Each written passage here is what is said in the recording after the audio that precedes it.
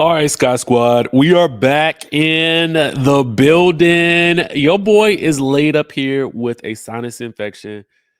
I am, I feel so sick, but it's all good. It's all good. It's all good. I just finished my w- bi-weekly mentorship. So I'm sitting here literally laid up on the couch watching TV. But I was like, you know what? We got to talk. We got to talk about this apology that Quad gave to Toya. All right. Y'all got to forgive me. I ain't got no lighting down here. It's just me sitting here, literally just chilling. Okay. But anyway, more importantly, let's get into this apology. You know, Quad said in her interview with Carlos King, she was like, Eugene is not scaling walls and those types of things. You know, I don't believe that. Okay, Eugene and Toya is not scaling the walls, you know. And I want to look in the camera right here at the end of this interview. And Toya and Eugene, I apologize to you. Okay, I apologize. Now, granted, the apology is a year late. Okay. An apology is still an apology. Would you guys accept this apology? Now, listen, y'all know I love me some quiet. I like Toy and Eugene too. But we gotta really talk about the apology and when it comes. And it's like, is it too little too late for you? That's the question that I want to ask you guys in today's video. Is this apology too little, too late? Okay. Because for Toya, it's looking like that's the case.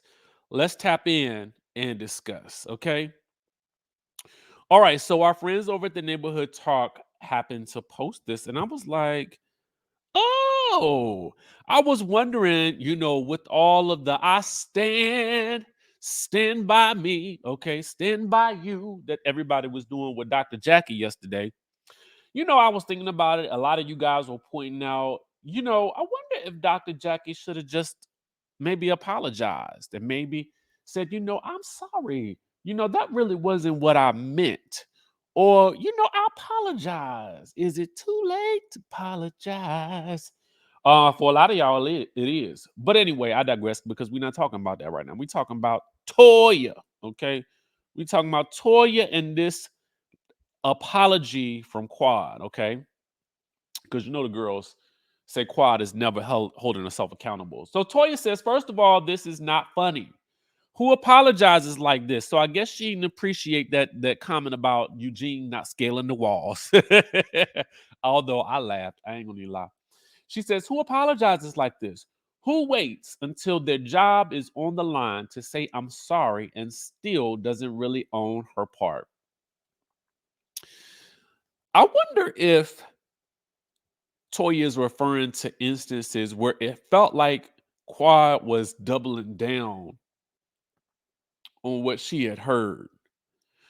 But again, an apology is an apology, or is it not? Chime down in the chat. Anyway, she goes on to say, if you knew what it was, if you knew it was a lie, why even bring it to the national television? It doesn't matter who started the rumor. You are an adult and should act like one. So here's the thing. Let's look at this from a broader perspective for me. My bigger question is I would love to hear what type of apology Anila has given to Toya because and when she gave it, right? Because Anila is partying it up with the Married to Medicine ladies at the holiday fetes. Okay. She's partying down, getting the photo ops and all of that good stuff. So, what was said between Toya and Anila that has led for Anila to be back in Toya's good graces, but we see Anila ain't back on that show. Particularly when we talked with Zaina last year and we found out where some of the rumors allegedly originated. Okay. So, with that being said, why is it, okay, or what is it, I guess, about Quad that Toya cannot seem to move past? Or what did Anila do differently that Quad failed to do? My assumption from the outside looking in, and I don't know this to be true, would be that maybe Anila made amends in a way. Also because maybe she knew she wasn't going to be invited back. That could be a guess. I could be totally wrong here. But maybe that was in the hopes that she would get back in the good graces. I don't really know. But what I can say is Toya, based on this, the apology is not being accepted. And I want to know what your thoughts are if you would accept this apology as well.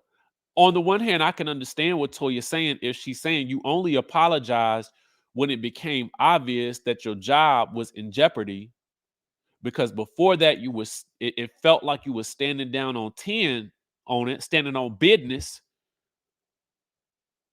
So I'm just trying to weigh it all out in my mind. You know what I'm saying? What y'all think? Let me know in the chat. Do y'all feel like the apology is only coming now because the job is in jeopardy? Or do you feel like there's maybe really been some growth and change? Because also, too, we know that Quad has experienced a lot this past year. And so I think that personally, for me, I know that when you go through some things, life will change you. Okay. Life will show enough uh turn you in a different direction um when it happens to you. So let me know your thoughts in the chat. All right, so let's move on to basketball wives because we ain't really had a lot of discourse about that, and I really feel like let's dissect something that I felt like we ain't really had a chance to really dissect, and I want to head on over to our friends over at Reality Chat. All right, so Brittany with a little bit of a post, and I'm going to read you a comment that I found to be interesting with regards to her post. So let's take a listen to what she had to say. I understand neutral people, but I don't fuck with neutral people. You gotta pick a side. Pick a side when it comes to me. You gotta pick a side. You can't salute this and go and salute that because this ain't that and that ain't this. So, you know what's interesting and funny to me about Brittany is that on the show, um, it's very it's I, I'm still trying to understand her persona on the show. On the one hand, she kind of comes in like the sort of doe-eyed ingenue, the newbie who is trying to just figure it all out, a sort of naive, and I don't mean that in a bad way, right? But again, the naive ingenue who comes in and like, I don't really understand what's going on here. People are fighting and I don't get it. When also you came into the first scene allegedly on some smoke with Jac'Eil that did not air. Okay. Now, apparently, all that was cleared up by the next time y'all saw each other. But so it seems like you were a little bit used to the smoke and fire that the Basketball Wives show tends to bring. But on the show, as the season progressed, it was like, this is not the energy I want for my life, which is fine. It's fine. But if your time on the show is book ended by rah rah, and in the middle you're rah rah less, I'm trying to really understand where you really lie on the rah rah scale, okay?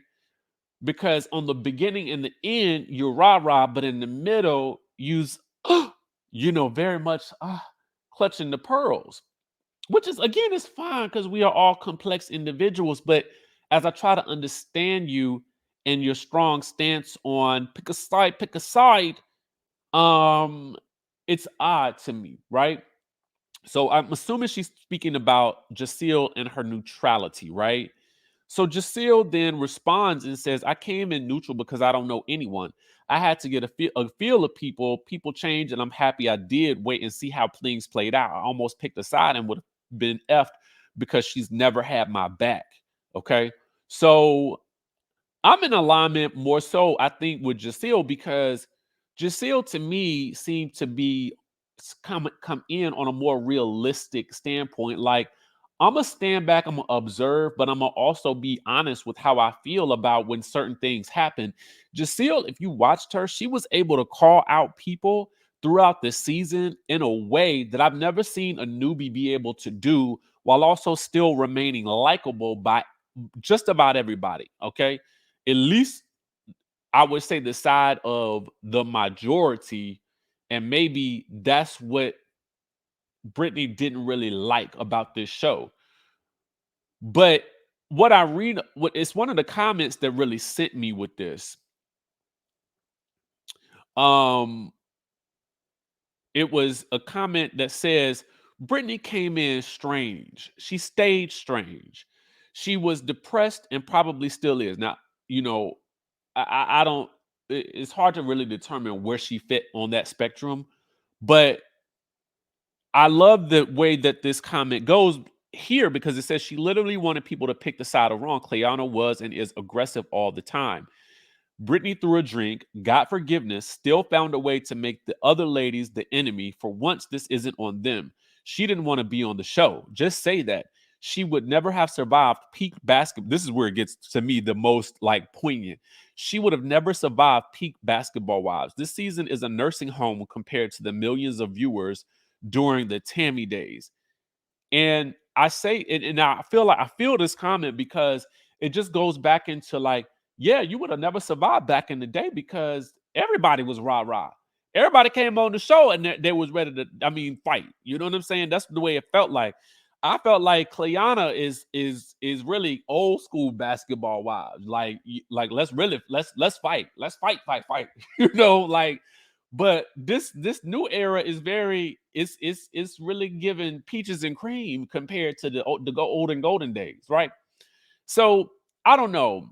I still maintain that Britney's inclusion on the show could have been so much more. I felt like we saw a little bit of what her persona was on social media. I didn't know that much, but I just looked at a couple of interviews and things, and I was like, oh, she should be a very interesting asset to the show. But then it seemed like things just more so fizzled out than anything else with regards to her being there. I'm interested to see how the reunion plays out, and we dig deeper into our booze page here, and you see some comments from I've like tried. Jen who says, I'm confused as to what anyone did to Brittany. Maybe I missed an episode. Girl, we all missed the episode. Brittany missed the episode. All right. And then Brooke says, one of the people who brought the most misery into the group can't take the heat. So, Brooke, I mean, I have a lot to say about this because I feel like it's kind of perplexing. I get it if, again, her entry and her exit were not based in rah rah. If her persona had remained the same as it did in the middle, like clutching the pearls all throughout, I could see this. But because it did not, it's confusing. All right. So let me know your thoughts on that and the Toya and the quad of it all in the comment section down below. And I will, of course, catch you all in the next